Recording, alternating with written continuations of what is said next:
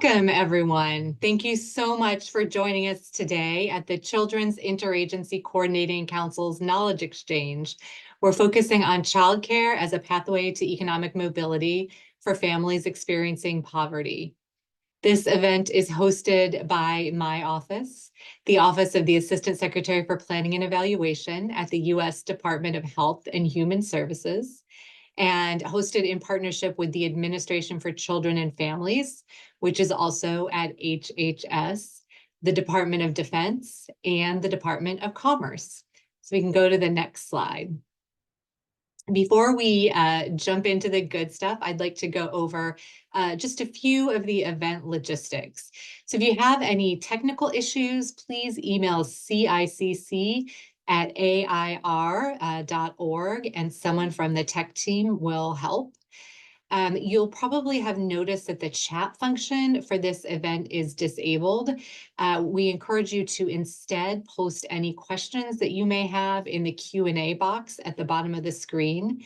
And then hopefully if we have time, the presenters are able to answer your questions aloud, or they can also do it directly via the Q&A pod. We are also fortunate to have American Sign Language interpreters, and closed captioning is also available. I'd like to thank our ASL interpreters for helping to make this event accessible. The event recording and materials are going to be posted on the CICC website. And it's also important for me to note that the information presented at this event is not an HHS nor a CICC endorsement, recommendation, or preference for any non-governmental organization, nor is it an endorsement of any information that they may share today. All right, so with that housekeeping, we can go on to the next slide. So my name is, and then I think we can go on to the next slide. So my name is Jennifer Bernzinski. I am the Associate Deputy Assistant Secretary for Human Services Policy, again, within the U.S. Department of Health and Human Services. And I'm just going to share a really quick overview of the Children's Interagency Coordinating Council, some of our activities this year, and then just really highlight the goals for this event. So we can go on to the next slide. For those who are not familiar with the CICC, in 2023, Congress asked HHS to establish the Children's Interagency Coordinating Council. The council is charged with fostering greater coordination as well as transparency on child policy across federal agencies, including examining and reporting on a really broad array of cross-cutting issues that affect child well-being. The council is currently made up of 10 federal departments, representing at least 140 federal benefits and programs that serve children and their families. The council is not the only federal interagency group that focuses on children or on poverty, but it is the only federal interagency group that focuses on all children. So we go up to age 18, and the only one that focuses on the coordination of federal child policy, especially with the particular interest in well-being and poverty. We know parents and other family members have an important role in promoting child well-being and reducing poverty. For those reasons, the council examines well-being issues and child poverty from a really kind of a multi-generational perspective. Our council coordinates with related interagency groups to align efforts and really reduce any potential duplication. We also work with an excellent small team of people who have real direct firsthand experience with poverty as a child, as a parent, or as another caregiver. This team is critical to informing the work of the council and has really been integrated as an important part of all our work, including shaping and, as you will see, presenting at today's event. So we can go on to the next slide. So of the many topics of interest explored this year by the council, we decided to focus our federal collaboration and coordination efforts on childcare. In the context of the council, we are looking at childcare for children up to age 17, so really going all the way from early childhood to out of school time for school-aged and older children. And we know that affordable, accessible childcare allows parents and caregivers to participate in the workforce, in education and training programs, which ultimately reduce poverty and improve family economic well-being. According to a recent U.S. Chamber of Commerce Foundation analysis, lack of childcare was a key factor in the decision to leave the workforce for nearly 60% of parents and even half of all workers. We know that access to childcare helps parents be more focused and less distracted at work, leads to fewer late arrivals and absences, and actually increases employees' productivity. We also know most children from the time they're born to the age of 5 regularly participate in early childcare programs. Some are publicly funded, like the federal Head Start and Early Head Start programs and state-funded pre-kindergarten. Others are privately funded, community-based businesses, such as home-based and center-based care. And we know that good early care and education programs have been found to promote social, emotional, and behavioral development of young children, and really over the long term improve their chances of academic success, improve their earning potential, and even improve their health as adults. Also, when we're thinking about school-age children and youth, they spend about 80% of their waking hours outside of school, and 1 in 5 young people in our country are alone after the school day ends. Out-of-school time programs really have a role in supporting, again, their social, emotional, cognitive, and academic development, reducing risky behaviors, promoting physical health, and providing a safe environment for children and youth. These out-of-school time programs also really provide a quite significant return on investment, with every dollar invested estimated to save at least $3 through increasing youth's earning potential, improving their performance at school, and reducing crime and juvenile delinquency. Next slide, please. At the same time, we also know that some families face more barriers accessing childcare or out-of-school time programs, particularly low-income families. So based on the latest data that we have, which is from 2021, 11.5 million children were eligible for childcare subsidies under federal rules. And under state rules, which can be a little more restrictive, about 8 million children were eligible. So only about 15% of those eligible under federal rules and 22% of those eligible under state rules were actually able to access and receive a childcare subsidy support. We also know that for parents who are living in rural communities, they may have fewer childcare options, fewer centers, fewer providers, limited access to transportation, and fewer skilled providers. Families caring for children with disabilities are also about 50% more likely to be impacted by poverty and really have limited childcare options that can really provide appropriate services and supports for their child-specific needs. And then about 43% of children have a parent who works during non-traditional hours, so like before 7 a.m. or after 6 o'clock at night. And parents who need that non-traditional childcare experience challenges in accessing childcare providers with those expanded hours availability. They're likely to have to put together multiple care arrangements or rely on more informal care providers. So next slide. And so given what we know about this, the Council has dedicated the past year to exploring the challenges and opportunities related to childcare, again, with a focus on helping families experiencing poverty achieve and maintain economic self-sufficiency. So we looked at kind of increasing our own and others' awareness of the whole really broad federal childcare landscape, including access to care for children with disabilities. And then our second objective was really to identify innovations in expanded or non-traditional hour childcare. So we've talked to federal subject matter experts. We talked to families themselves. We conducted a couple literature scans and really explored the entire kind of federal policies, looked at what additional data we may need. There is a lot of federal attention and focus on enhancing quality, affordable, and accessible childcare, on supporting the childcare workforce, and on providing really flexible childcare options, including employer-sponsored, home-based, and campus-based care. In addition to federal investments in childcare, states, communities, employers, private investors are also very focused on improving access to childcare, promoting workforce participation, and really increasing that supply of childcare. So next slide, which brings us to today's event, where we are bringing together parents, federal, state, community, and private sector leaders from all across the US. And we are going to learn directly from them about current investments in childcare and strategies to support families who have all different kinds of needs. We can move to the next slide.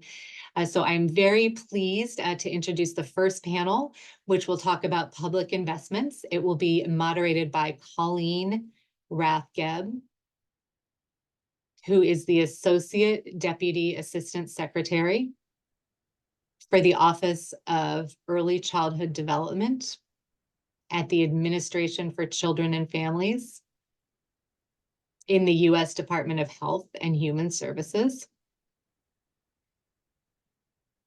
Colleen started her career with partnership efforts in Head Start and child care centers in Brooklyn and Queens.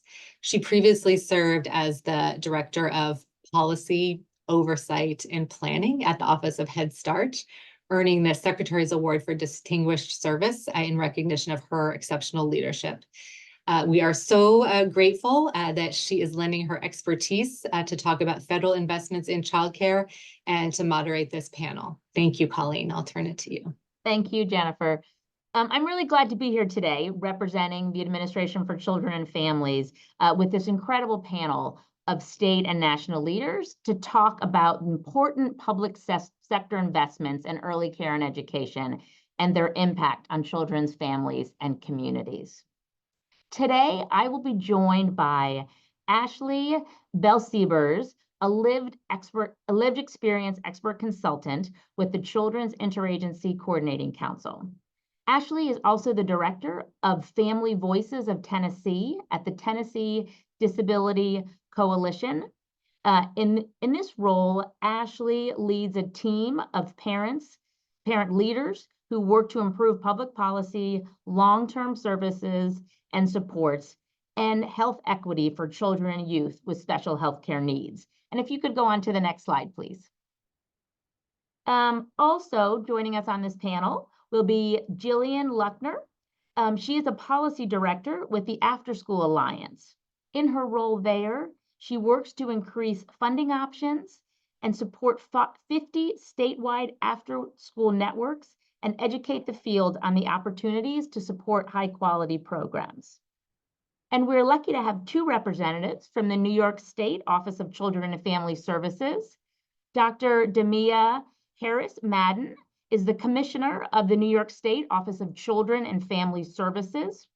As the agency's commissioner, she plays a pivotal role in shaping OCFS policy to achieve its mission of promoting the safety, permanency, and well-being of children, families, and communities. Nora Yates is the Deputy Commissioner of the Division of Child Care Services within the same department. She is responsible for overseeing all aspects of New York's early care and education system, supported by the Child Care Development Fund. Finally, we have Janet Mocklin, the Deputy Commissioner of Vermont's Department of Children and Families. Janet leads the Child Development Division, which works with partners to provide Vermonters with affordable access to high-quality care and child development services. Before we transition to the panel conversation, I'd like to share some updates about federal investments and what ACF is doing to further support families in the need of childcare and early education programs. So if we could go to the next slide. In my role at the ACF Office of Early Childhood Development, we oversee 4 early childhood development programs with a total federal investment of $24 billion. So the next slide, please. And the next as well, please. This includes $11.5 billion for the Child Care and Development Fund, which provides states, territories, and tribes funds to assist low-income families with childcare costs while parents work, attend school, or participate in job training, and to improve quality and availability of childcare services. In an average month, CCDF programs serve over 1.3 million children. You'll see CCDF on this chart, and we're going to talk about the growth in just a minute in the orange bar.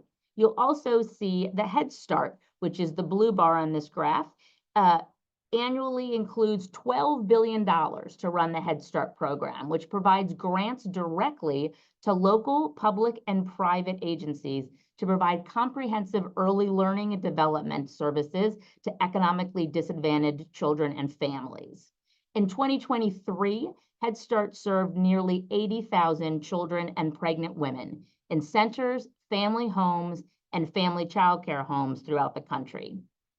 In addition to these two large funding streams, we also have two smaller funding streams that you'll see on the chart below. The Preschool Development Grant Program provides $315 million annually in discretionary grants to states and territories to develop and strengthen early childhood systems by improving coordination for existing programs and to support high-quality early childhood services for children birth to kindergarten entry. And finally, this includes the Tribal Maternal, Infant, and Early Childhood Home Visiting Program, or the Tribal MICV program, which provides grants to tribal nations to develop and implement and evaluate home visiting programs in American Indian and Alaskan Native programs. Overall, this is an investment of over $24 billion. And as you can see from this chart, it has been growing. Since 2014, so 10 years ago, the CCDF program alone has more than doubled from just over $5 billion in 2014 to over $11 billion in 2024. So let's go to the next slide. The pandemic and recovery period heightened people's awareness in the importance of childcare, the childcare sector as a foundation for employment in all other sectors. Congress recognized this by investing over $40 billion in childcare and Head Start to stabilize the sector during this time. It reduced childcare costs for more than 70,000 families and increased compensation for more than 1 million. Economists have estimated the impact of these investments were at least 2 to 1 as they led to growth in the market, the childcare market, reducing costs for families and increasing wages for childcare providers. Now, while some states are facing challenges with the end of these pandemic era investments, other states have moved forward to increase state-level investments in childcare in order to continue to address this unmet need, like those you'll hear about in the panel shortly from New York and Vermont. So the last thing I just wanted to touch on, if you go to the next slide, I wanted to mention a couple of other federal early childhood policy actions that have taken place over the last couple of years. So in 2024, we released a new rule for the Child Care and Development Fund. And among some of the things that rule does is lowering costs for families, makes enrollment easier, and improves payments to providers. We also released a rule in 2024 for Head Start that focused on improving quality and very specifically on increasing benefits and wages for the Head Start workforce. And then the last thing I wanted to note is the joint with the Department of Education, the joint HHS policy statement on inclusion of children with disabilities in early childhood programs. So a statement about the importance and ways that states and local communities can affirm the inclusion of children with disabilities and across their communities. So I would like to now turn it over to our panelists to talk about some fantastic examples and the work they have been doing in their community. And I'll start with Ashley Bell-Siebers, who will talk about her work as a lived experience expert consultant with the CICC. Ashley? Thank you, Colleen. My name is Ashley Bell-Siebers, and I am an Appalachian native in Tennessee, and I serve as a consultant with the CICC. I am also the director of Family Voices of Tennessee, which is Tennessee's family-to-family health information center. Our organization supports parents of children with disabilities to navigate the complex systems of healthcare, childcare, education, and benefit programs. However, most people know me as Zach's mom. I met my son Zach while working as his foster care worker. Zach has intellectual and developmental disabilities, and together we have navigated what we call the maze of disability services and are now working to share what we've learned. Next slide. Access to affordable and quality childcare is challenging for all families experiencing poverty. However, it's uniquely difficult for families of children with disabilities. Very few programs are specifically built to care for these children, and even fewer can accommodate them within existing programs. The CICC organized a listening session in August to hear from families across the country about the barriers that they have faced in accessing childcare for their school-age child with disabilities and the impact it has had on their economic stability and mobility. We heard about issues surrounding availability, affordability, accessibility, and a lack of grievance procedures when incidents occurred. Although there were rules and regulations in place to keep their children safe, the parents we heard from stated that those rules weren't being followed. This created a safety concern that forced parents to risk or sacrifice their jobs to provide the care themselves. The overall theme that came from our discussion was that parents of children with disabilities are relying on schools to provide childcare during working hours. However, they also shared that their children are frequently being dismissed or sent home early due to disability-related behavioral episodes or lack of support staff within the schools. So even that option is not dependable. According to the National Survey of Children's Health, parents of young children with disabilities are 3 times more likely to experience job disruptions because of problems with childcare compared with parents of non-disabled children. The lack of childcare plays a huge role for these families, myself being one of them. I also want to point out that children with disabilities grow up to be adults with disabilities, and many of whom need the same support, but those resources are even more scarce. And while we don't have time to dive into that today, I just want to emphasize that childcare is a lifelong battle for families of children with disabilities. So what options exist for this population? I want to preface this by saying that there's not one easy solution that's going to work for everyone, and that there should be a continuum of options, and I'll share a few examples. The first being paid family caregiving. In most states, parents or conservators cannot be paid for the care that they provide to their child with disabilities. This often leads to direct support professionals or certified nursing assistants being paid to provide the care. However, there is a national shortage of these professionals, so the responsibility ultimately falls back on families, impacting their ability to find and maintain employment. For some families, being able to be paid to care for their child could be a viable child care solution. The second, the child tax credit, is commonly used by families to cover expenses associated with raising a child, food, rent, those sorts of things. However, there's another tax credit that could be especially beneficial for for families who require childcare. The Child Independent Care Tax Credit is designed to help working parents manage the cost of childcare, giving them the flexibility to choose the best type of care for their family. Although it's worth noting that the current benefit levels were established in 2001 and have not been adjusted for inflation or the current cost of care. Lastly, 1115 Medicaid waivers. A few states have piloted innovative programs like this already using Medicaid funding through long-term services and supports. A similar program exists in Tennessee for veterans, where a monthly stipend is given to family caregivers to assist with their everyday activities. In summary, childcare is essential to children's health, development, fosters economic outcomes for families, and is a proven strategy to prevent unnecessary child welfare involvement. Now I'll turn it over to Jillian, who will talk about investments in out-of-school time programs. Jillian? Thank you, Ashley. that was a great presentation. I'm Jillian Luckner on the next slide with the After School Alliance. We're a national nonprofit dedicated to expanding access to quality after school and summer programs.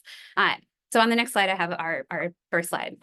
In 5 minutes, I'm going to offer 2 key points. One, that after school matters significantly for equity and outcomes for our children. And the other, that how we structure and fund systems really matters in effectively helping kids and communities to thrive.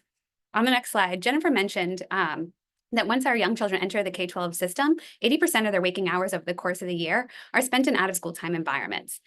For those that can pay, high-income parents are already spending over 5 times more in enrichment activities than lower-income families can. And families all across the country, on average, are spending more than 7% of their income on just one school-age child alone. Many more families cannot access these programs at all. There are 25 million youth, 11 million of those low-income, that want access to after-school programs but don't have it. On the next slide, you can see that access matters. We know that these programs do support working parents, but they also make a huge impact on youth. There was a recent longitudinal analysis that found that students with both early childhood and after-school experiences had twice the effect size as participating in just either one of those alone. So we really need both to achieve that academic achievement, educational attainment, and even the long-term occupational status. What's also neat is that youth can tell you themselves how important these programs are to their overall well-being. And you can see some quotes from youth on the right-hand side. On the next slide, I really want to emphasize that it's quality programs that bring about these impacts. We have to go beyond just being a safe space. Quality after-school programs include elements like experiential learning, the all-important youth choice and voice, and having really well-supported, caring adults that are trained in developmentally appropriate practices for the ages they're serving. So what funding streams are there to bring equity into this work? Well, you may know of the first one, which is on the next slide, the 21st Century Community Learning Center program. So this program is 25 years old and really the only federal funding stream specifically for after-school programs. In many ways, they were initially designed to showcase the potential of having a really comprehensive after-school or summer program. And as a result, we see lots of parents and youth are showing high satisfaction in their participation. Schools really like them too. There was a national evaluation, the most recent one, that shows that 1 in 2 chronically absent students was shown to increase their attendance in school through participation in these 21st Century Community Learning Center programs. These programs operate as formula grants. They go to states, which run their own competitions for school districts, CBOs, or other entities. Currently, the funding stream is at about $1.3 billion and can serve about 1 million youth who attend mostly Title I low-income schools. However, I do want to mention that these grants do have some challenges. The first one to highlight is funding. So usually there are about 3 applications for every 1 grant that can be funded. And so there aren't enough funds to go around. Additionally, the funds have not kept up with inflation over the last decade. So this creates real challenges that have compounded for smaller and community-based organizations, especially as grant amounts provided by the state sometimes can't cover the true cost of care for a program, especially if programs aren't getting free space within a school or can't leverage economies of scale like a larger organization might. The 21st Century funds also discourage additional program income and parent fees, which can be a bit challenging to understand then how to braid in other funds for uninitiated providers. The other main federal funding stream is the Child Care and Development Block Grant. And that one, as most of you are familiar, is supporting working families with children up to age 13. In fact, a fact that initially surprises people is that 44% of those served with CCDBG subsidy are school age. So I really want to emphasize how important it can be to remember the school age children when administering the funds. In addition to subsidy, states can also offer grants and contracts. Utah, for example, offers grants and contracts to ensure high quality access to school age care. Still, many state systems for CCDBG are very 0 to 5 centric, which can make participating challenging for school age providers. For example, some state licensing systems, they still don't have licensing regulations specific to school age only programs. So to be licensed, some might require a school age provider to take a safe sleep practice training or have a BA in early education rather than elementary education. And many states haven't adopted appropriate or even any school age quality systems to support other aspects of youth development. And this can be a real loss to the quality and impact on youth. Even data collection has gaps. For example, childcare deserts are often defined as only gaps for 0 to 5, yet we know school agers have parents in underserved areas. So we need to think about underserved areas extending from 5 to 13. And we want to make sure that those areas have their needs, the school age parents' needs recognized as well. In the state arena, On the next slide, I'm sorry, I haven't been switching slides. All right, that's the Child Care Development Block Grant. On the next slide, though, I want to highlight the state arena. There's been a lot of progress there. 11 states have created new programs or passed important funding increases in the last 2 years, often because the results that they were seeing with the relief funds. So, for example, Hawaii has new funds now for summer programs. Texas passed its first small $5 million funding pot for programs related to mental health. Pennsylvania now has after-school funding to help reduce community violence. And best yet, in states like New York, California, and Vermont, we're seeing really great examples of coordinating state and federal resources toward a vision of comprehensive and universal after-school. And localities are recognizing and investing in these programs too. It's all really great news, but with about $10 billion in relief funds overall gone, and 25 million children waiting for access, this is still a problem that's not reaching every family that needs it. So most of the state and local progress is not going to be felt by the average family or provider. Moving forward, we're looking to all the people on this call as partners. We hope you can help us commit to advocating for increased funding and better braiding between things like 21st Century and CCDBG, bringing after-school providers and statewide after-school networks to planning tables, including parents of school agers in your data, ensuring more coordinated systems that serve children from birth through school age, all the way up to early adulthood with policies and practices that meet their needs. And my final request is if you haven't, or if you have, I think one of the things that I always love and would ask you to dedicate yourself to do is to see a quality after-school program in action. I find that I always leave really rejuvenated when I see the youth and talk to the providers where they're being served. So with that, I'm going to turn it over to the team at the New York Office of Children and Family Services. Who'll talk about their expanded child care investments and tax credits. Thank you so much. First, let me say thank you to the U.S. Department of Health and Human Services and the Children's Interagency Coordinating Council. It's truly a privilege to be here, especially with the knowledgeable experts in our field that share the commitment of accessible, affordable, and high quality care that working parents deserve. So we know we are stronger when our communities pull together and create opportunities. So again, thank you for this knowledge exchange. Want to just talk about our first slide, which really goes into the investments in New York State. New York State is home to 19 million residents, and there's 1.1 million children under the age of 5. We are very fortunate to have a working mother as our governor, Governor Kathy Hochul, whose main priority really has been to include affordability and expanding access to services for families.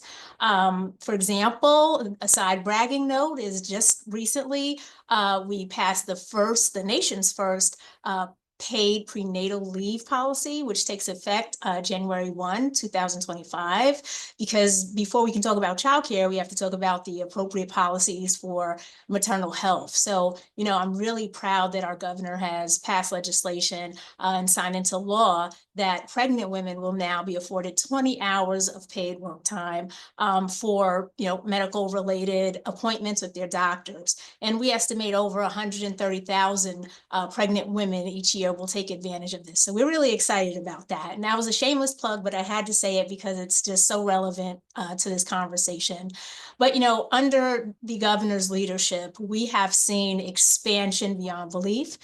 We here at the Office of Children and Family Services share the governor's interest in relieving the burdens of our working parents by reducing the childcare costs. And in fact, we've had so much reduction in comparison for 10 years. You know, due to a myriad of investments under this administration, we have seen historic lows in terms of parent contributions, as well as opportunities for parents to access care. In our next slide, in the same slide, I want to just point out that $7 billion over 4 years has been invested into our system. And, you know, we are really proud of that, but even more than that, we're proud of the fact that more folks are able to access these services. And why I mention this is because New York State was incredibly wise, and I can't take credit for it. I'll allow my colleague who is here, Nora Yates, who was here prior to me taking this position as commissioner, was very helpful in terms of establishing the new rates for childcare. We know that we used to use the federal poverty level, which was set at 200%. And now here in New York, we use the maximum federal amount, which is at 85% of our state median income. So, you know, that is a significant investment. And that is also, oh, I'm running into time. So that's also just really incredibly important in investing in our workforce. And we also have quality supply building, and we are here to address multiple systems by building, you know, some more technology into our processes and making it much easier for families to access care and learn whether they are in fact eligible. So again, we lifted the rate to 85% of the state median income. Next slide. So what does that mean for us? That's $1.8 billion this year, again, from the 7 that was committed over 4 years. This means that now there's a $753 million increase prior from the fiscal year. So we continue to grow. We also have about 147,000 children and 80,000 families that are currently receiving family assistance. This expansion includes infant and toddler mental health services. We also increase capacity for our regional infant toddler resource centers across the state. We also invested $280 million in unutilized pandemic funds that was allocated towards the Workforce Retention Grant Program, which, you know, allows for about 14,000 childcare providers statewide to receive retention bonuses, which we know is incredibly important. So this would also include the expenses related to recruiting and hiring new staff and employer taxes incurred while issuing bonus payments. We also have the Child Care Assistance Program, CCAP, which is what I'm going to defer to my colleague to talk a little bit more about. But I'll just say we've seen an increase of more than double in the last 2 years. So, you know, it's really noteworthy to show that there's been a 34% increase in children statewide who have been served, particularly through this one program, the CCAP program that I mentioned earlier. And again, looking at that 85% state median income rate has really helped families of 4 who earn up to $108,000 receive childcare support. So at this time, I'm going to turn it over to Nora, who's going to talk a little bit about the employer-created childcare tax credit that we are very proud of, and some of the expansions that include the work that where we partner with our Department of Taxation and Finance. So Nora, did you want to jump in? Great. You can hit next slide. Thanks, Commissioner. So this slide just outlines those investments that Commissioner already mentioned and how those have been increased to 34%. You can go to the next slide. And showing that a family of 4 used to be eligible at $55,000 back in state fiscal year 2022, which is not that long ago. And now families of 4 at $108,000 are now eligible. So we're very proud of that increase. You can go to the next slide. In addition to investments in our one program, the Commissioner and the Governor are really committed to system-wide investments. As you heard, and as you'll continue to hear, childcare is an ecosystem, and that's how we treat it in New York. It's very complicated. So part of that is working with employers who are interested in supporting their employees' childcare expenses. And so this year, there was a creation of an employer-created tax credit for employers who invest in creating seats for their employees, childcare seats for their employees. And those are specific to infant toddler seats, which we know have a shortage across the state. That's a $25 million a year credit for 2 years. And we administer that with our Department of Tax and Finance. You can go to the next slide. In addition, families need support directly, of course. And so in New York, we have a child independent care credit. It's a fully refundable credit for full-time residents. There's a link here for more information. There were about 385,000 taxpayers who claimed that credit and received about a $300 benefit on their taxes. You can go to the next slide. The last piece that we just wanted to flag was even in New York, where we have 17,000 childcare providers, more than 60% of our state is considered a childcare desert. And so in part of the pandemic investment was regarding childcare deserts. And recognizing we're running out of time, but wanted to highlight how those investments went to both supporting new providers and expanding existing providers and expanding the capacity of those. We have a map. You can go to the next slide. We have maps available on our website, and you can see where those grants were targeted. And parts of the state here that are the darkest kind of orange were identified as the most, having the most childcare deserts. And as you can see, that's where those investments were targeted. So we're very excited that it did go to the breadth of the state, and then across all modalities, school age, childcare, daycare centers, as well as our home-based providers. Commissioner, any final thoughts?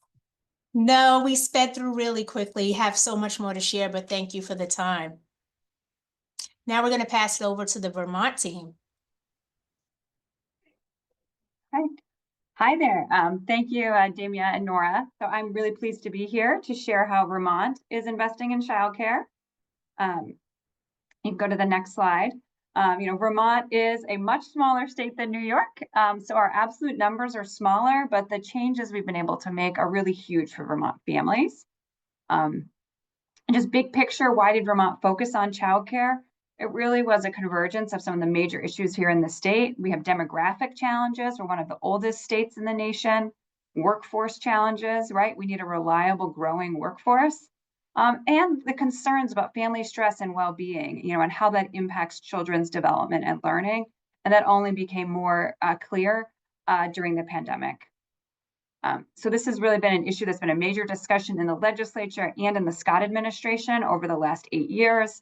Definitely helped along by some nonprofits and advocacy groups. But it was also really coming from families and employers who couldn't solve this systemic challenge on their own. So you can go to the next slide. Okay. So in June of 2023, legislation passed that more than doubled Vermont's investment in childcare, in both early childhood education and in after-school settings. And the changes focused on affordability, right? The Child Care Financial Assistance Program was really our primary vehicle. Quality, the state recognized the importance of quality to get the return on investment it was really looking for. Access, and access includes both capacity building, creating new spaces and programs, and inclusion of children with disabilities, delays, or sort of other family stressors that would make the children more vulnerable. And then funding, right? Funding, this is what unlocks all of it.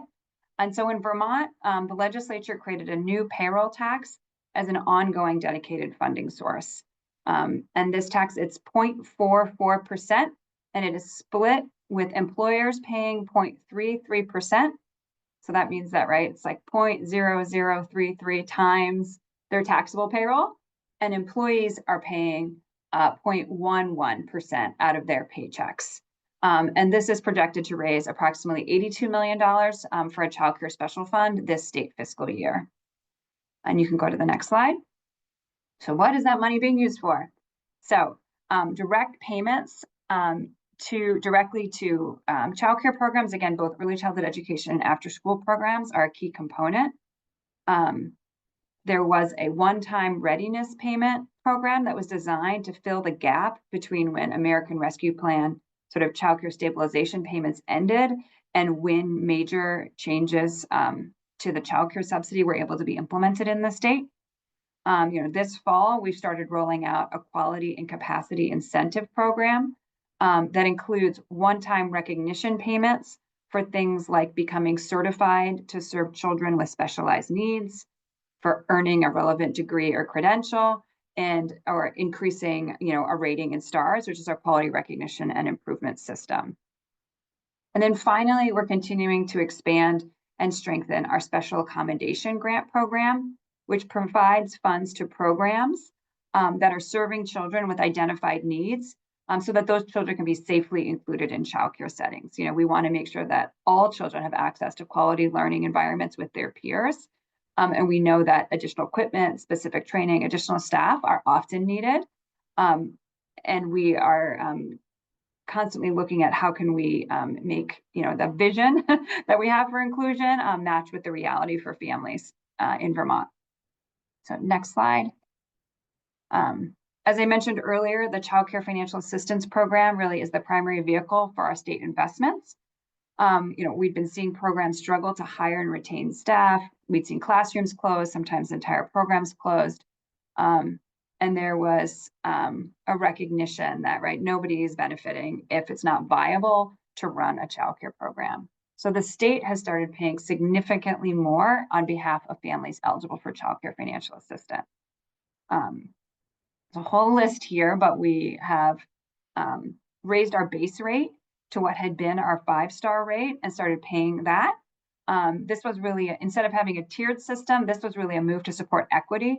We wanted all programs to have the resources that are needed to offer quality care. And we wanted the state to pay similar benefits on behalf of all families, especially since in our largely rural state, most families don't have a lot of choices about where to enroll their young children or to get after-school care. We also started paying a state rate instead of a capped rate. And that capped rate had been pegged to how much programs charge families that are paying privately. But we wanted to make sure that the state was making a fair payment because we knew that programs were keeping their rates low because of families' limited ability to pay. And then finally, we just raised rates, 35% increase across the board, and then another bump for family childcare. So, what that looks like right now is a full-time infant rate is close to $471 a week for a school-age childcare. A part-time rate is $207 a week, and the full-time rate is $371 for summer or vacation care. And the next slide, final slide. Vermont has also dramatically expanded eligibility for childcare financial assistance. So we've moved well beyond the maximum threshold for childcare subsidy funded by the federal government. And we've increased income eligibility up to 575% of the federal poverty level. So you can see, in the chart, it lays it out. If you're looking at sort of some of those highest income levels, you can see that you can make as much as $179,400 in gross household income annually for a family of 4 and still be eligible for some childcare financial assistance. That family still does have a significant weekly family share, but that is still less than the true cost of care typically. And that weekly family share covers more than one child if you have more than one child enrolled in care. So these are some really dramatic changes. We've seen, tremendous uptake of these programs. We've also made some other changes that we think make the program more supportive of vulnerable children, more supportive of the workforce we know we need to develop here in Vermont, and just easier for families to access. So thank you so much for the opportunity to share what Vermont's been doing and to learn from all of today's presenters. Thank you, Janet, and thank you to all of the presenters for sharing all of the just amazing work that is going on. So I really appreciate it. We just have a minute or two here, really, I'm going to ask any of the presenters to jump in on our first question, just to ask if you could say 1 or 2 sentences about how these public investments in childcare have impacted either families or parents or employers or the communities. If there's one kind of an impact statement you would have, could you share that with the group before we move over to our next panel? I'm happy to share. We are seeing, for the first time in many years, we are seeing more childcare programs open in Vermont than close. So we have turned that curve. That's fantastic.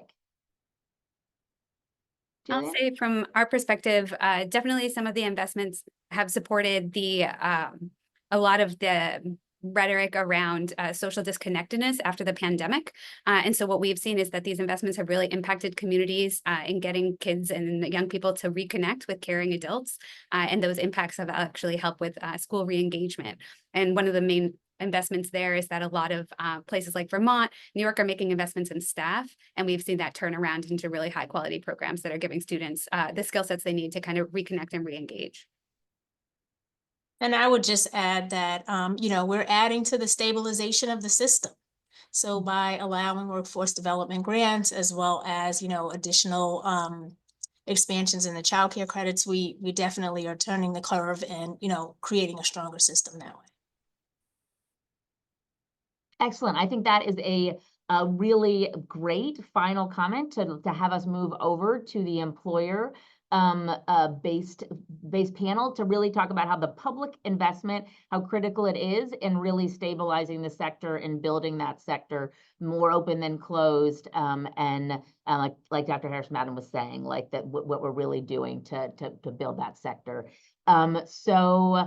With that, I am going to turn it. I'm going to have the next slide. I think the key takeaways. We can maybe pop back. I think people heard that how we're promoting workforce participation. We're creating more jobs. We're creating more specialized programs for children with unmet needs.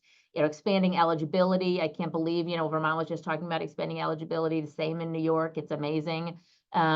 And a shout out to prenatal care. That's also phenomenal. That's going on.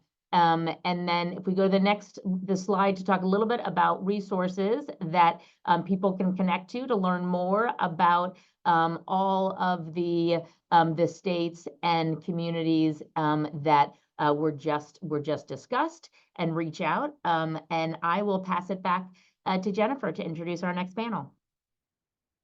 Thank you so much, Colleen, and my thanks to all the panelists for sharing this really strong and inspiring information about the role of public investments in childcare.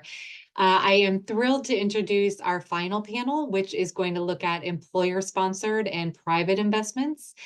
This panel is moderated by one of the members of the Children's Interagency Coordinating Council, Stacy Young, who is director of the Child and Youth Program at the Office of the Deputy Assistant Secretary of Defense for Military, Community, and Family Policy at the U.S. Department of Defense.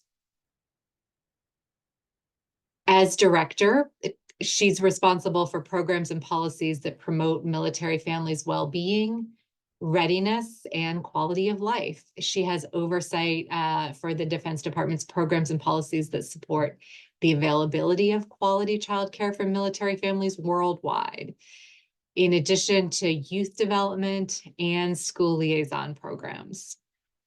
So we are so lucky to have her as a colleague with us on the council. And today she is going to share examples of employer-sponsored childcare from DoD's perspective, as well as moderate this panel conversation. So thank you, Stacy. I'm going to turn it to you. Thank you, Jennifer. So good afternoon, everyone. I am Stacy Young, and I'm excited to moderate our next panel conversation on private and employer-sponsored investments. Next slide, please. Today, I will be joined by Vidya Raghu, a lived expert consultant with the Children's Interagency Coordinating Council. Vidya is also the National Director of Home-Based Childcare Model at Parent Child Plus. Next, we have Liat Kravchuk, the Senior Advisor for Workforce Strategy and Head of Childcare for the U.S. Department of Commerce, CICC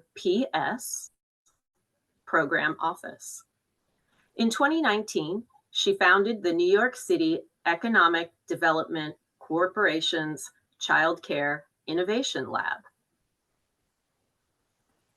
Next, we have Amanda Blumenstein, who is the Director of People Experience at Micron Technology Incorporated. She will share more about Micron's childcare investments as a recipient of the CHIPS Act funding. And finally, we have Charles All, the Executive Director of the Kentucky Chamber Center for Policy and Research. He leads the organization's public policy and economic research initiatives. Before we transition to the panel conversation, I'd like to share some updates on how the Department of Defense is investing in childcare. Next slide, please.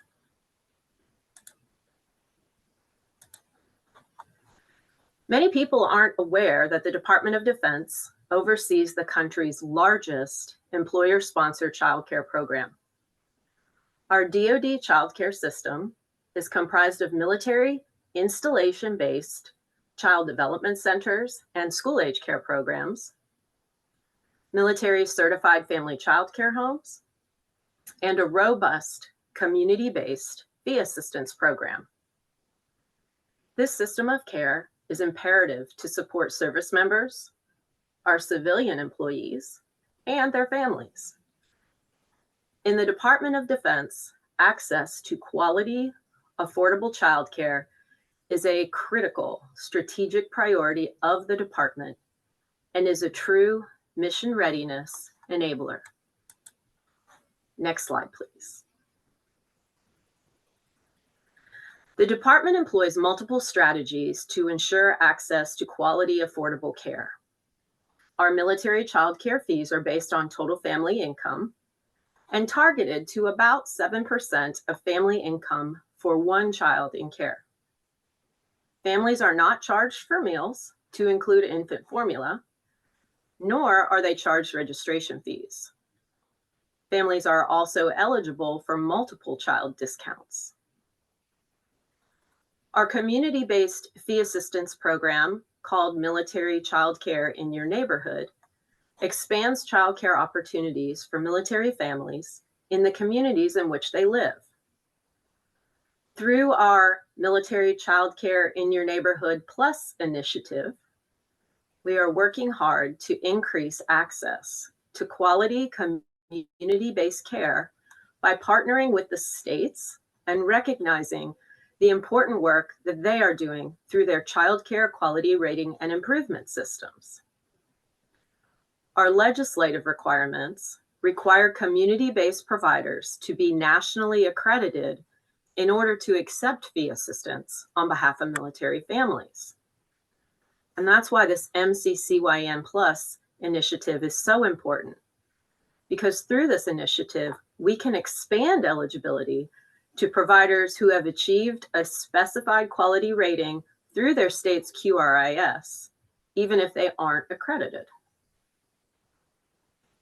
In the summer of 2021, we implemented a 5-year pilot to expand fee assistance eligibility to in-home child care providers, such as nannies. In this pilot, families can choose to employ a child care provider in their home and receive fee assistance to buy down the cost of this typically expensive child care option. This especially helps our families who have non-traditional child care needs, such as needing care on weekends or overnight.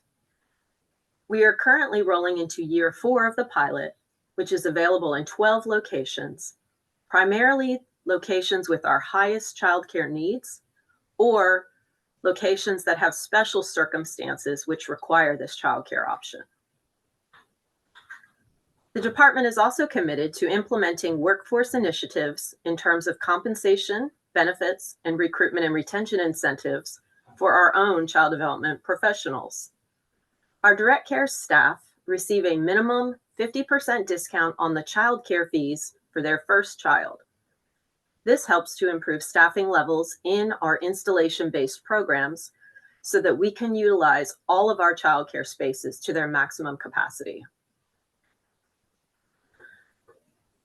I should also mention that military spouses comprise about 30% of our child development program staff. We have multiple opportunities for military spouses to work in our programs, starting from entry level through management staff, and continue their career as they move from installation to installation. Altogether, these efforts demonstrate the department's understanding that there's no single solution to meet our child care needs. We must invest in a multi-pronged approach to maximize use of our existing military child care facilities and facilitate an increase in quality child care capacity outside of our installation gates. Now, I'd like to turn it over to Vidya, who will reflect on the needs of military families. I'm sorry, the needs of all families. Thank you so much, Stacy. Thank you so much, Stacy, and thank you to all of our previous presenters and our interpreters. My name is Vidya Raghu. I am the Children's Interagency Coordinating Council Lived Expert Consultant, and I'm also the National Director of the Home-Based Childcare Model at Parent Child Plus. Next slide, please. I do want to lift up something Stacy was talking about earlier, which is home-based childcare. And the topic that I want to present to private investors and employers is why and how we can support parents who use home-based childcare as an option for childcare for their young and school-age children. Next slide, please.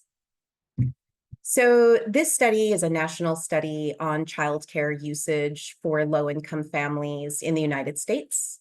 What you'll see in the dark corner, the dark black quadrant, is the use of center-based care, which is around 25% of low-income families rely on center-based care for childcare, which also means that about 75% of childcare usage happens in homes or home-based childcare. While I'd love to focus on 75%, I'm really just going to focus on this lower 50% of relative home care that happens either in a child's home or in the relative's home.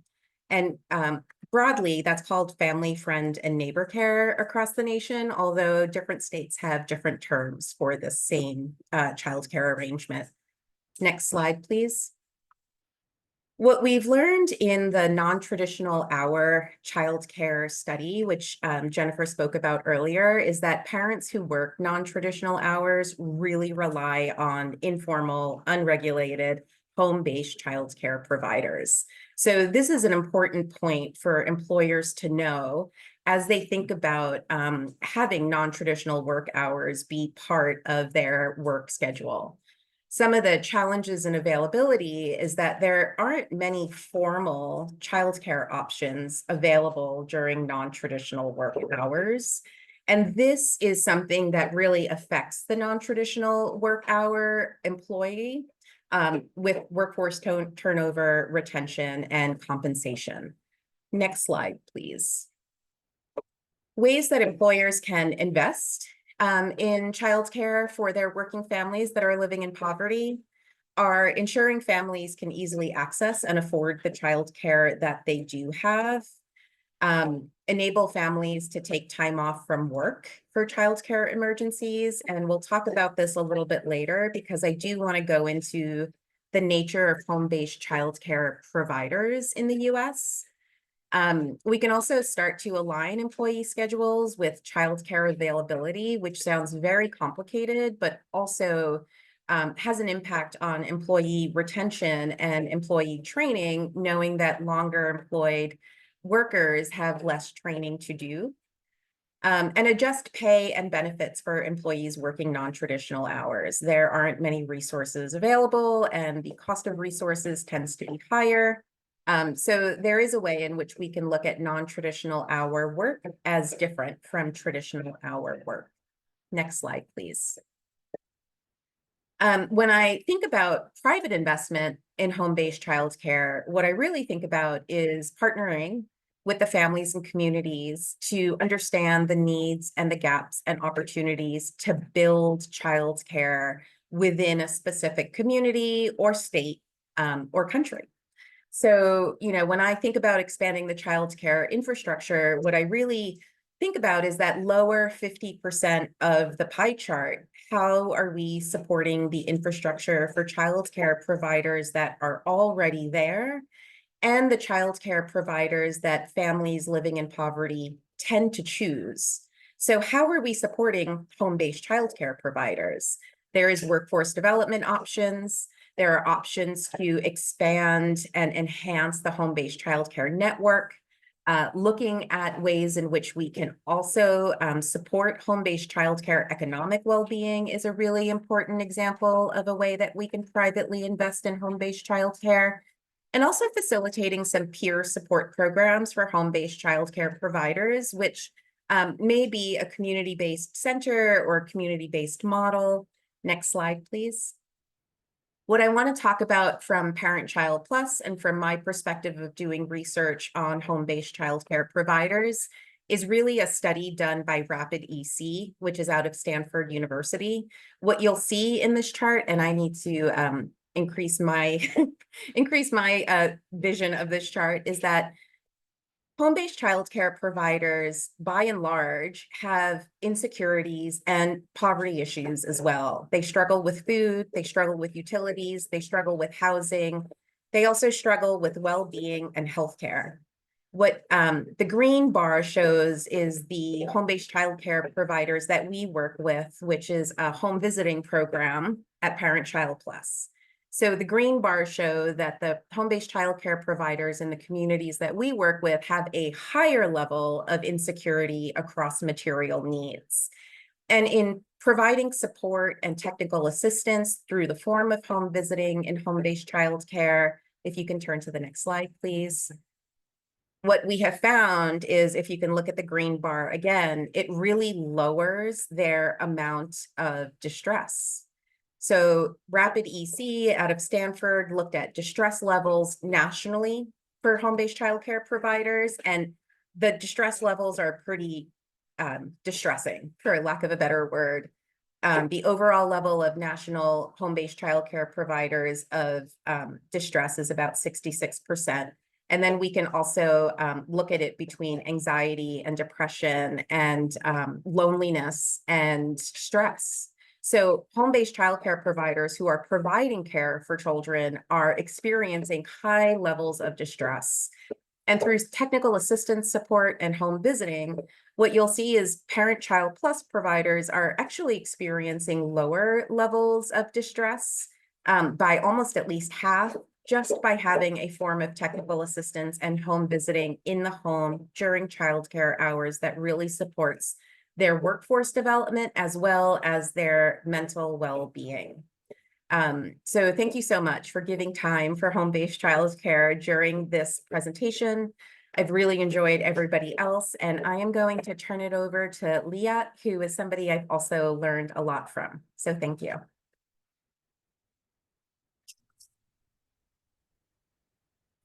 Thank you, Vidya. So just to introduce myself, my name is Liat Kravchik, and I am the head of childcare for the CHIPS program office at the U.S. Department of Commerce. Next slide, please. So today, I really want to share a little bit more about what is the CHIPS program and why has childcare really been incorporated as an important element of this program. Next slide, please. So to give some background, in 2022, the CHIPS and Science Act was signed into law. And its purpose, in large part, was to onshore the development and manufacturing of microchips. Microchips are essentially the brain of every digital device. So these chips are critical to advancing economic competitiveness, national security, and future innovation.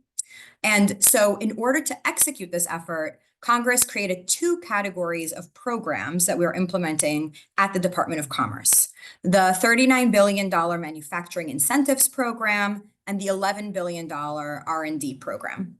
These programs work with other agencies, such as the Department of Defense, Department of State, the National Science Foundation, and Treasury. And today, I really will be focusing on our Manufacturing Incentives Program, which in large part focuses on funding the build out of what we call CHIPS fabs or factories, as well as bringing supply chains necessary for microchip manufacturing across the nation. Okay, so how is childcare relevant to this? Let's go to the next slide, please. So CHIPS cannot be successful unless we find a way to attract, retain, and train a diverse and skilled workforce. And similarly, we know that especially in these fields that are required, there are very low unemployment rates, for example, in the construction field. And so it's important, alongside the training of talent, to make sure that the skills are aligned. We also need to make sure that we're tapping into pools of labor that may not be participating in the labor force due to lack of childcare.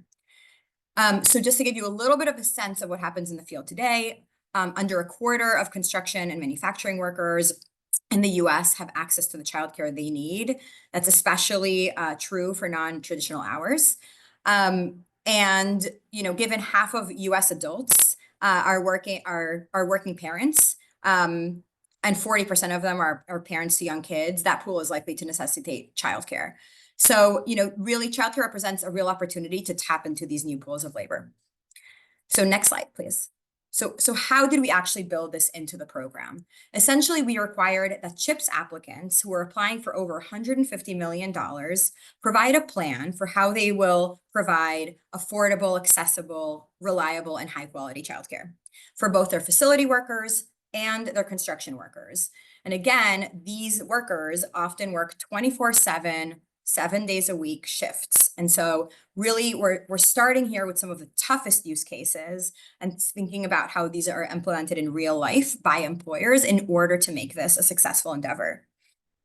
So, it's an interesting, it's a really comprehensive effort in that, without CHIPS, our economy stops. Without workers, CHIPS doesn't take off. And without childcare, we don't have enough workers. So all of this is really a holistic effort to try to make sure this industry can really take off and work well.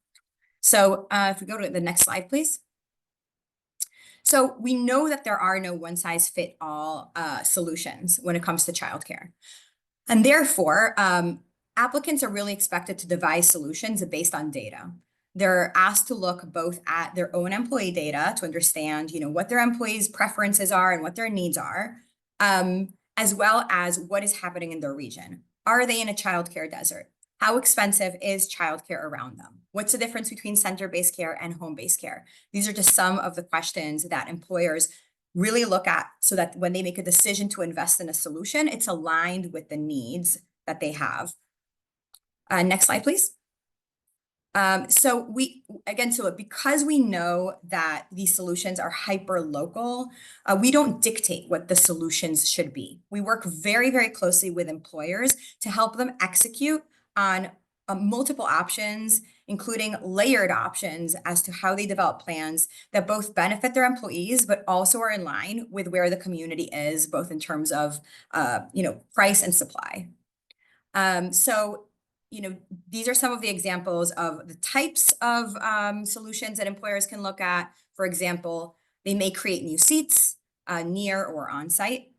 They may expand existing care capacity, for example, adding seats to a home-based provider or extending their hours, securing seats, and reserving slots, as well as financial supports of different kinds. These are just some of the solutions that one can imagine employers could roll out, and a lot of them are often layered on top of one another. So if we go to the next slide, I'll just give a couple of examples of what we've seen employers do. I know Amanda will be speaking a lot more at length from Micron about what they're doing, which, they've been a real leader in this field, and I'm really excited that Amanda can speak to this today. So Micron opened a near site, 124 childcare seat center to families this September. And I'll let her tell you more about that.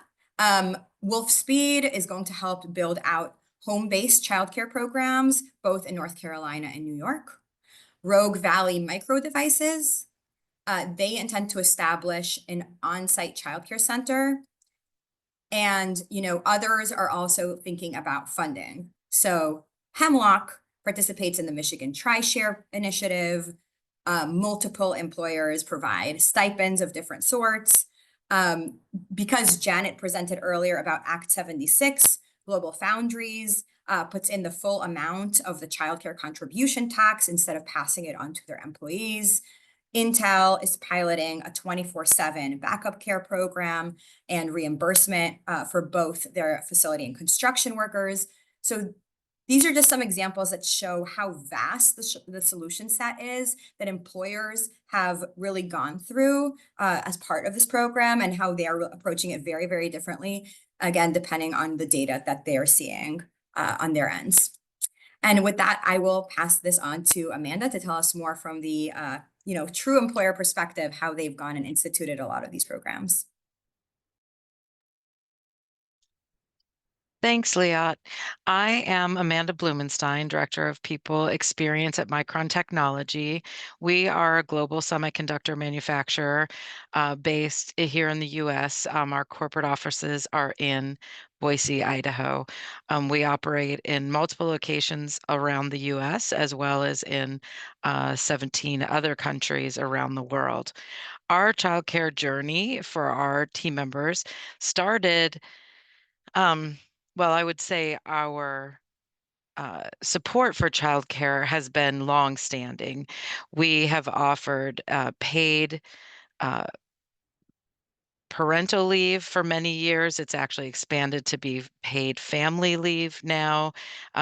So not only just the father and mother of a child, but you can actually use that family leave for others in your family who may be experiencing illness or need additional support, as well as dependent care FSAs, the dependent care flexible spending accounts. The journey toward additional childcare support started about 5 or 6 years ago for us, where we did some feasibility studies and some surveys to determine what support our team members may need beyond what we were already giving them. What we learned, and really to Liat's point, I think as I think about Liat's talking points, mine are a part two to all of that, because I think we quickly learned that our team members needed options. It wasn't as simple as a one size fits all for our team members in any one particular country. So we started in some countries offering a stipend, in other countries negotiating discounts for our team members at local childcare providers, and determined that we would open a childcare center in Idaho at our largest facility in the US. And then along came the CHIPS application.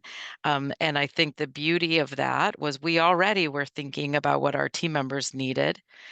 But the CHIPS requirements really caused us to look broader than just our team members. And really, as you started diving into what does the child care infrastructure need from an employer's perspective in order to benefit our employees, you realized that there was really some core community support that we as a company could give that would not only just help the communities where we live and work, but therefore support our team members as well.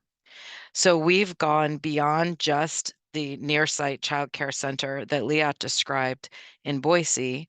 We also are committed to opening a child care center for our team members in New York. So I'm excited to take advantage of the tax credit that was talked about in the earlier panel.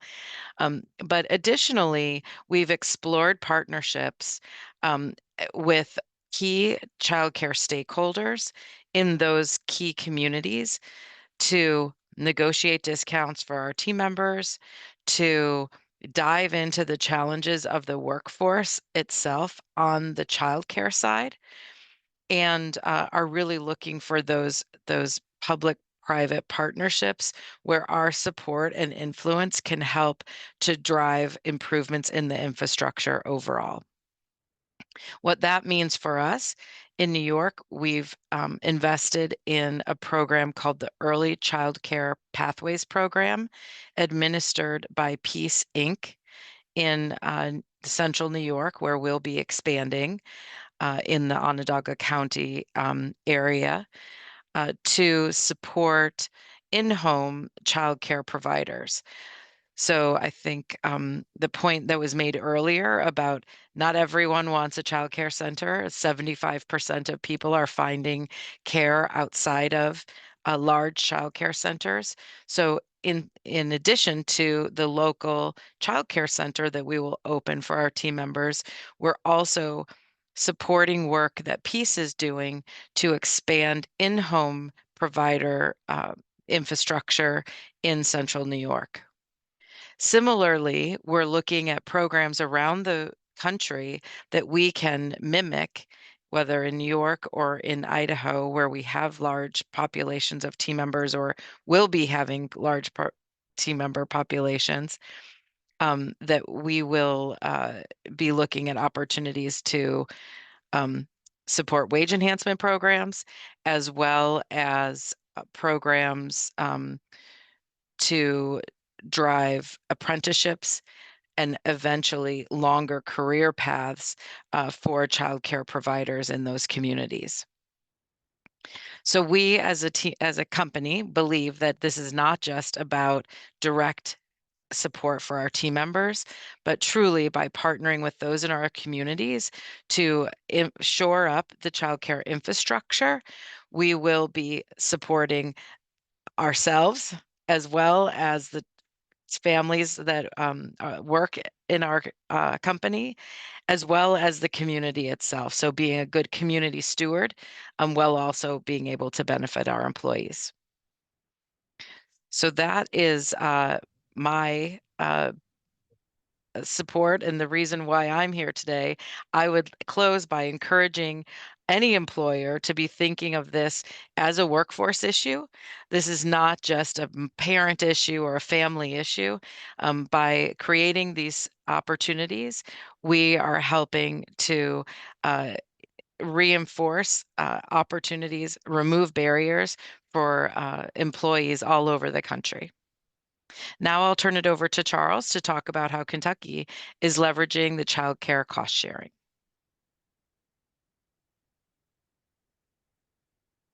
Thank you, Amanda. And I appreciate the opportunity to get a chance to talk with you all.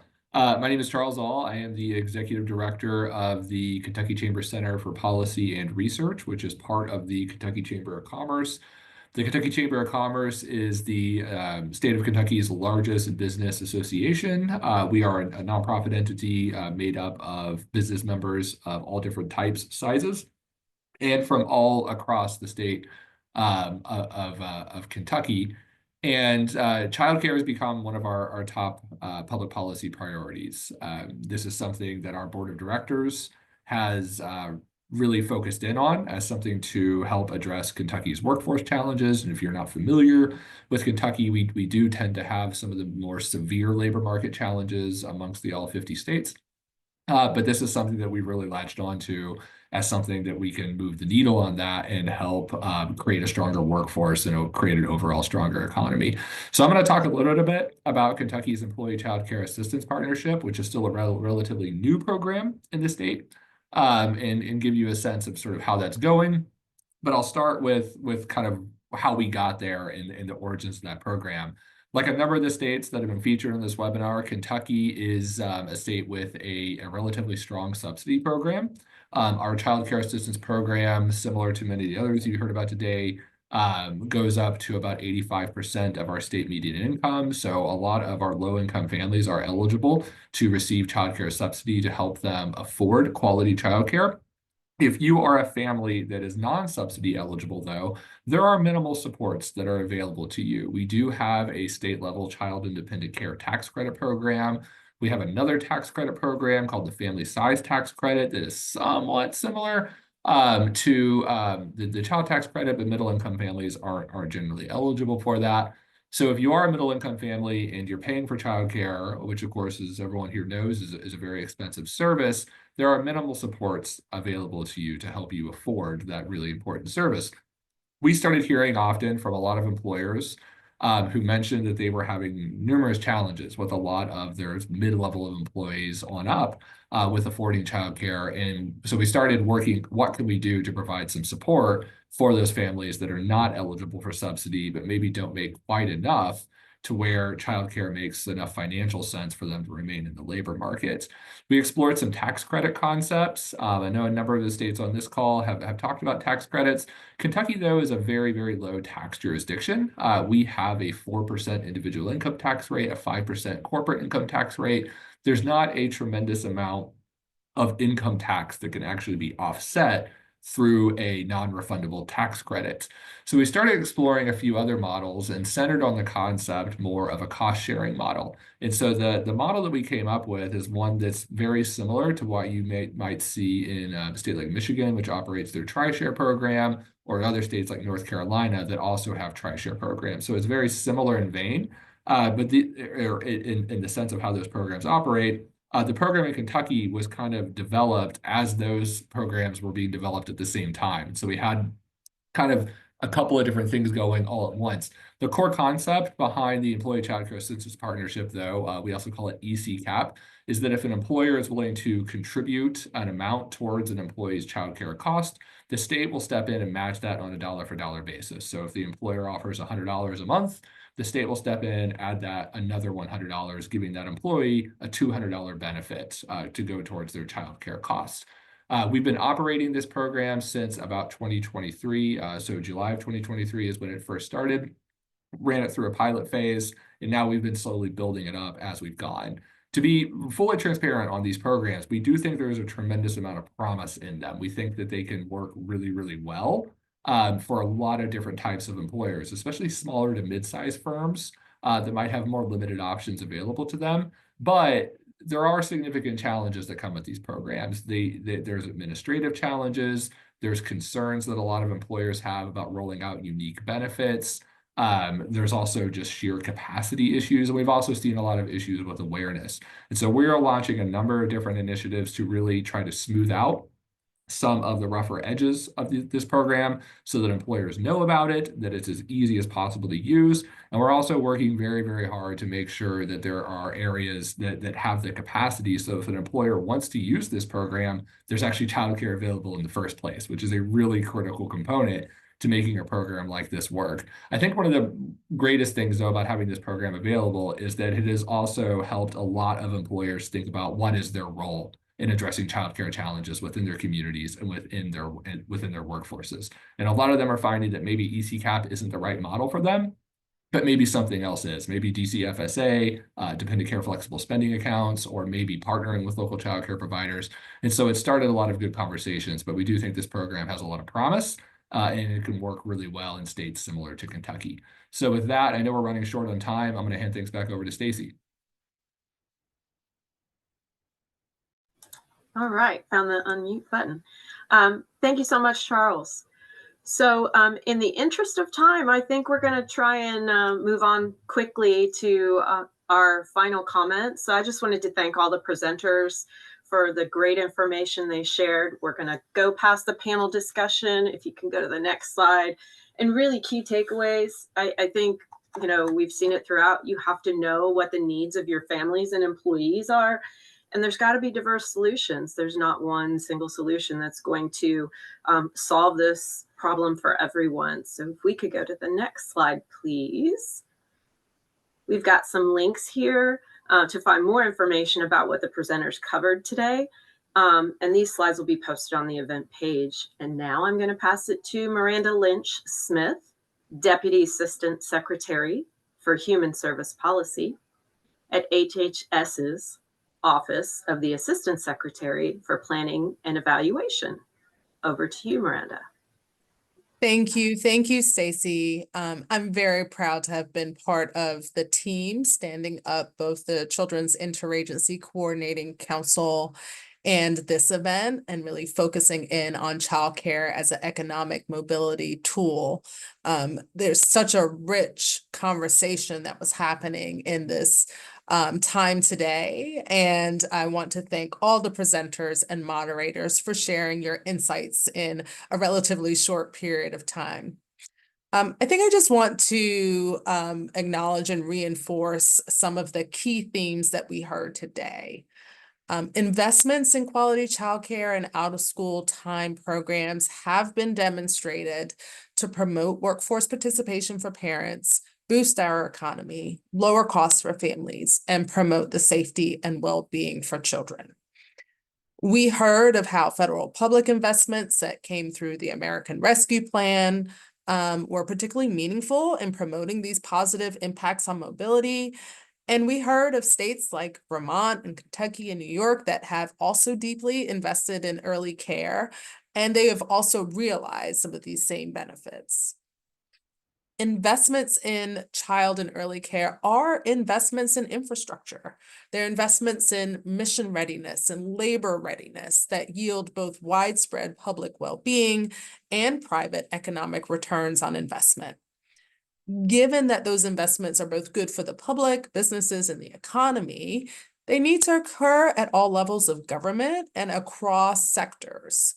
And we have great examples of how businesses like Micron are taking advantage of policy, implementing CHIPS and other federal infrastructure laws to support their workforce and the community.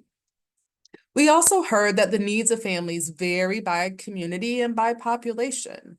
And as we heard from Ashley and Vidya earlier, these investments are best planned in partnership with communities so that they can maximally meet the range of family and child needs, desired choices of families, that they can leverage and braid resources and capacities and address existing service gaps, whether those might be geographic or type of care needs. Further, partnering across sectors and with families who need care supports developing comprehensive, dynamic, and sustainable solutions.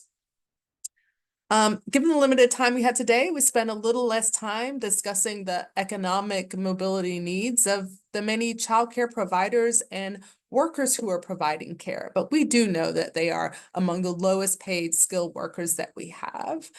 So it's an important consideration as we're making investments in care to think about the childcare providers and workers' needs as well in sustaining the early care solutions. Next slide, please. I'll just pause here for a second. On this slide, you will find some of the federal resources that were highlighted in today's discussion, so you can learn a little bit more. Next slide, please. And the Children's Interagency Coordinating Council compiled a list of federally funded childcare resources for families experiencing poverty. So this resource list is not exhaustive. It's categorized by topics and organized in alphabetical order by department name, but it's a helpful resource that families can turn to understand a little bit more about care options that are supported by federal funding. And all of what was shared today, whether it's in these links, it's in the discussion, it will be posted and shared out after this conversation. The recording of this discussion will also be shared. Next slide, please. So we encourage you all to stay connected with the Coordinating Council's work by subscribing to our newsletter, reviewing the event records, or checking the landing page for updates. We know we ran just a little bit over time, but we thank you for staying tuned with us. Thank you for being part of this First Knowledge Exchange event, and hope that all of you have a wonderful week.